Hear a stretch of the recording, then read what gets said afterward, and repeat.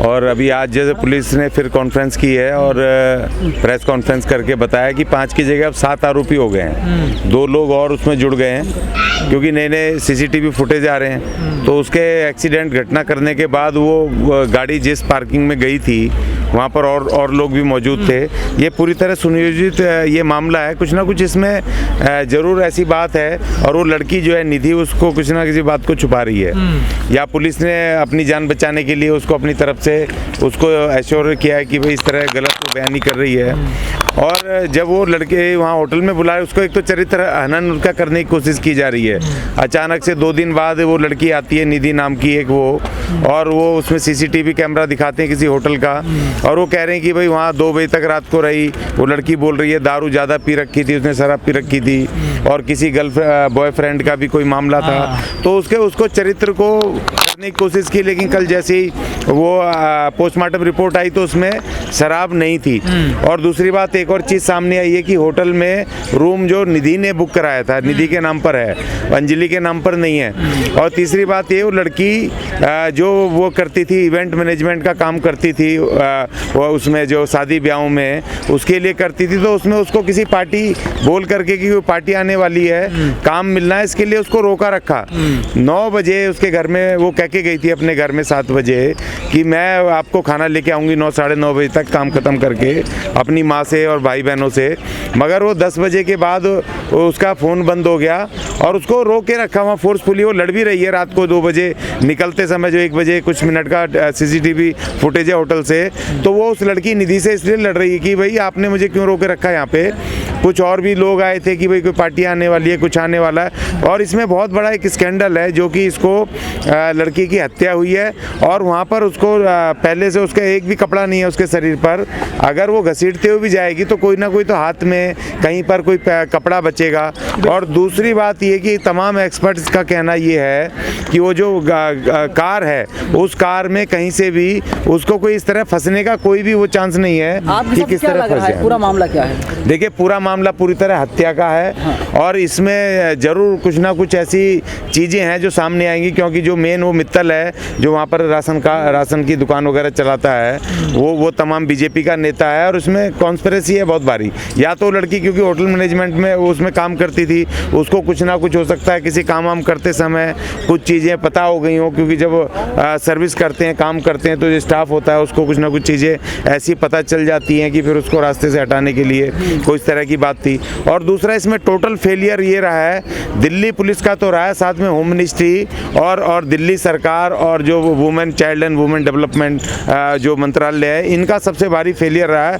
क्योंकि Nirbhaya fund create हुआ था 2012 के बाद, निर्भया कांड के बाद ये 2014-15 से शुरू हुआ था निर्भया फंड। और उसमें स्पष्ट रूप से उसको ये आधुनिक करने के लिए और एक यूनिवर्सल हेल्पलाइन जो कि महिला, जैसे वो लड़की फ़ोन करते रहे, वो लड़के फ़ोन करते रहे, जो दूध वाले वगैरह देखा लड़की जब वो उसके नीचे जा रही है, तो कोई भी फ़ोन अटेंड करने वाला नहीं था, कोई भी हेल्प करने वाला नहीं था। हजारों करोड़ का फंड हर साल 2014-15 से आ रहा है और दिल्ली सरकार के पास भी आ रहा है, लेकिन इन्होंने किसी भी तरह की कोई भी, ना तो कोई हेल्पलाइन, यूनिवर्सल हेल्पलाइन कोई इन्होंने वो बनाई है, और ना ही किसी तरह के जो सीसीटीवी कैमरे भी लगाने थे वो भी बहुत कम लगाए, लेकिन लगा तो दिए हैं, मगर उनको कोई देखने वाला नहीं, बंद पड़े सारे के सारे। क्या लगता है आपको अंजलि को न्याय मिल पाएगा और जो दोषी हैं उनको सजा होगी?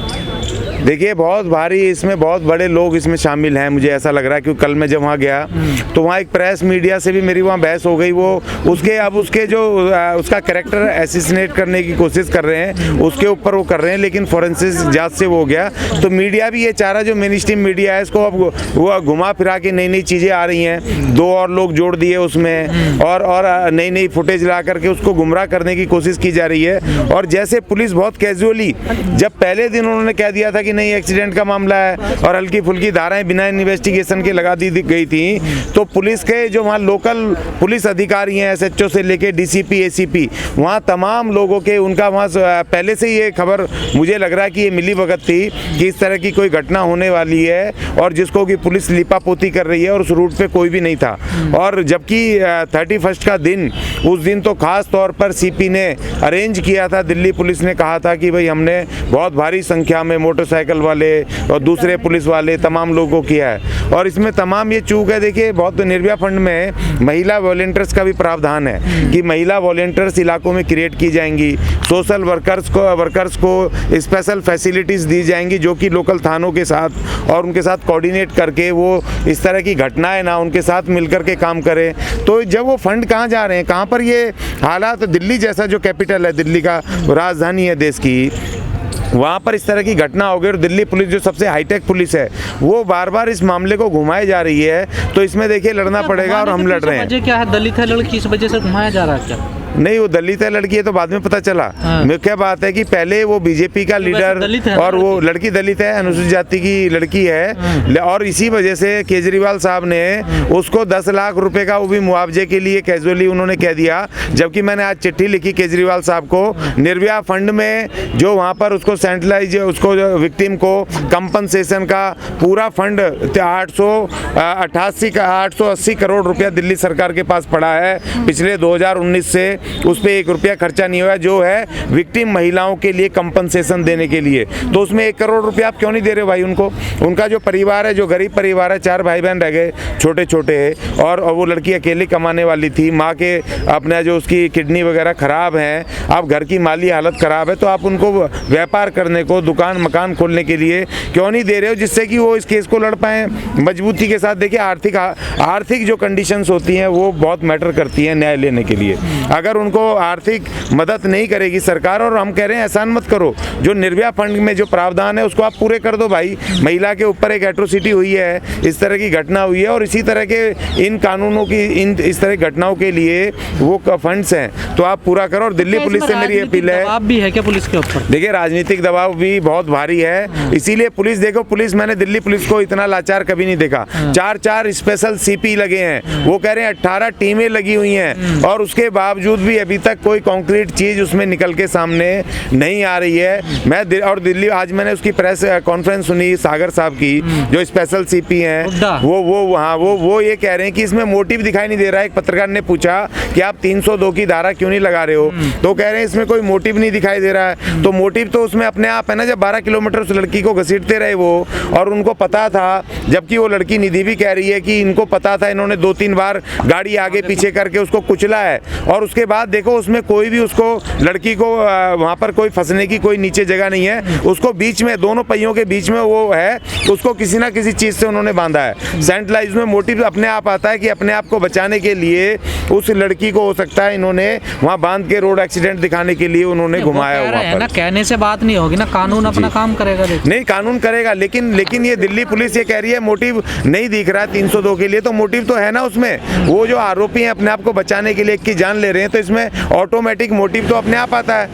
उसमें धारा 302 लगा करके इमीडिएट उसके ऊपर उनको वो करनी चाहिए, इन्वेस्टिगेशन करनी चाहिए, और धारा 302 लगते ही ये जो मामले में और थोड़ी तेजी आएगी। तो अब ये पुलिस क्यों बचाने की कोशिश कर रही है, मेरी समझ में ये नहीं है। सर, अक्सर घटना के बाद पीड़िता को ही सवालों के घेरे में ले आते हैं कि रात में गई थी, पार्टी करी थी, अकेली करी, इन सब पे आप क्या कहेंगे? देखिए यही बड़ी दुख की बात है। देखिए मैं, वो कह रहे हैं ये अपना इंडिविजुअल मैटर है, ये हर नागरिक का, चाहे वो लड़की, आदमी, वुमेन हो, मैन हो, कोई भी हो, कि वो पार्टी करने जा रहे हैं, वो ड्रिंक कर रहे हैं, नहीं कर रहे हैं, वो दैट इज वो पर्सनल मैटर है। अब वो एक घटना हुई है, मर्डर हुआ है, एक हत्या हुई है, उसको आप हटा करके कैरेक्टर पे आप खासतौर पे लड़कियों के ऊपर एक खास तौर पे करते हैं। ऐसे कई सारे केस हुए हैं कि घुमा फिरा कर भाई ये रात को क्या कर रही थी, अपने बॉयफ्रेंड के साथ क्या कर रही थी, जैसे निर्भया के केस में सवाल उठने शुरू हो गए थे। और देखो हमारा रूढ़िवादी समाज, जो रूढ़िवादी लोग हैं, ये इसलिए होता है कि जो इस तरह एकदम से जो मूव खड़ा होता है ना उसके पक्ष में, विक्टिम के पक्ष में, तो वो उसमें से आधे लोग तो जो रूढ़िवादी होते हैं, जब ये पता चला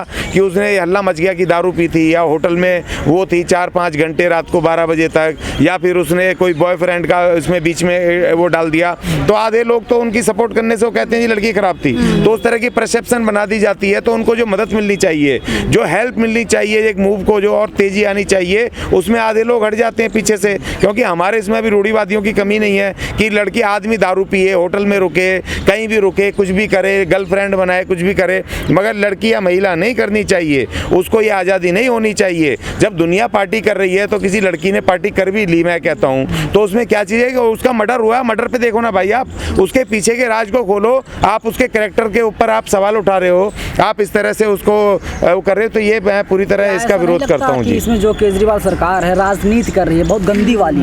देखिए बिल्कुल, ये तो पहले एकदम से मेरे को लगा कि बहुत सारे ऐसे केस होते हैं, कभी ये आम आदमी पार्टी कभी बीच में नहीं आती थी, एकदम से, हाँ गुजरात में नहीं बोली, और भी बहुत सारे ऐसे केस होते हैं जिनको मैं गिना सकता हूँ, उसमें कोई इनकी आवाज़ नहीं आती, लेकिन अचानक से ऐसा क्या हो गया कि इस केस में एकदम से पूरी आम आदमी पार्टी टूट पड़ी, क्योंकि जो इन्होंने निर्भया फंड खाया है और निर्भया फंड से इनको जो काम करने थे, जिससे कि इसमें एक हेल्पलाइन बनानी थी, जिसमें से इनको सीसीटीवी कैमरेस पूरे लगाने थे, और उनको लगाने नहीं थे, उनको चलाना भी था, मॉनिटर भी करना था। अगर वो रात को अगर ड्यूटियां होती लोगों की, और वहाँ पर सेंट्रलाइज एक जगह होती और मॉनिटर अगर वो कैमरे हो रहे होते, तो उसी वक्त मिनटों में वो लड़की की जान भी बचाई जा सकती थी। आधे तो कैमरे ही नहीं चल रहे हैं उसके। वो लोग बिल्किस बानो पर एक शब्द बोल नहीं पाए, दहाड़े मार के चिल्ला रहे हैं। हाँ नहीं, देखिए यही समझ से बाहर है कि भाई एकदम से, कि एक तो पहली बात तो ये मुझे लग रहा है 2024 भी आ रहा है, तो ये अब प्रधानमंत्री बनने के चक्कर में है। पहले कहते थे मैं दिल्ली का मुख्यमंत्री हूँ जी, मेरे पास एमसीडी नहीं है, वो दिलवा दो, मैं इतने सारे काम कर दूंगा, पहाड़ों को रातों रात उठा दूंगा कूड़े के। अब ये कह रहे हैं कि अब मुझे प्रधानमंत्री भी बना दो, फिर कहेंगे मुझे राष्ट्रपति बना दो। ये आदमी बिल्कुल एकदम से बिल्कुल नकारात्मक राजनीति करने वाला, दिल्ली के अंदर इतना सारा, दिल्ली का मुख्यमंत्री, अब एमसीडी भी आपके पास, निर्भया फंड आपके पास, सरकार ने इतना पैसा दिया, वो सब कहाँ गया भाई? आपने क्यों नहीं दिल्ली में बेहतर ये किया? किस तरह की आपने महिला वॉलंटियर्स क्यों नहीं बनाए? आपने दिल्ली पुलिस के साथ मिलकर के आपने दिल्ली के अंदर जो सोशल वर्कर्स और काउंसलर्स के लिए जो स्पेशल उनको वो फैसिलिटी दे करके थाने लेवल पर आपने पूरे इलाकों में क्यों नहीं काम किया? ये तो मुख्यमंत्री का काम है ना, ये किसका काम है? आप कह रहे हो जी बीजेपी, और वो कह रहा जी वो आम आदमी पार्टी, इन्होंने दोनों ने मिलकर के जनता को फुटबॉल बना दिया। इसमें होम मिनिस्ट्री भी पूरी उतनी जिम्मेदार है, women child and women ministry भी उतनी जिम्मेदार है, और दिल्ली का मुख्यमंत्री भी उतना जिम्मेदार है।